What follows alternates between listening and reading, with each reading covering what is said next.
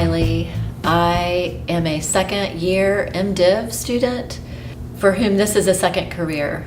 Before I came to Columbia, I was a full-time mother and spouse and church volunteer. It did occur to me that to start praying about what might be next for me and where God might use me. I have always been a Sunday school attender or teacher, a small group participant, a committee member, a Presbyterian woman. I participated, a youth leader in all possible facets of the church.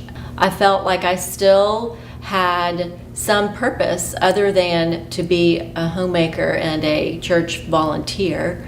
And so I began to pray, how can I serve? Or is there a way in which I can serve that God you have in mind? And then I had a meeting with one of my, our senior pastor at Riverside, and I walked into his office, and before I sat down, he said, is this when you tell me that you want to go to seminary? And I said, no, it is not. That is the furthest thing from my mind, and I laughed it off. But it struck me as odd that he would have said that, because I had never considered myself a seminary student before, but I let it go because it wasn't something that I felt was applicable to me.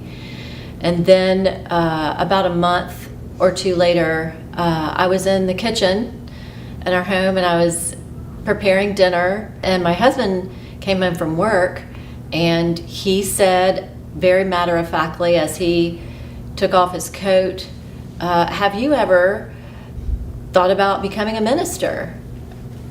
I think you'd be really good at it. To which I almost dropped the pot that I was holding and stood there speechless and said, no, I haven't. Funny you should say that. I went again to go see the senior pastor who had initially dropped that question on me, and he said, as I entered his office, is this when you finally tell me you're going to seminary? And I said, well, maybe, I don't know. And so I decided to say yes and to pursue this path, and so far the way has been clear. It has not been perfect or easy, but it has been a real gift. In searching for the seminary, I really only considered Columbia.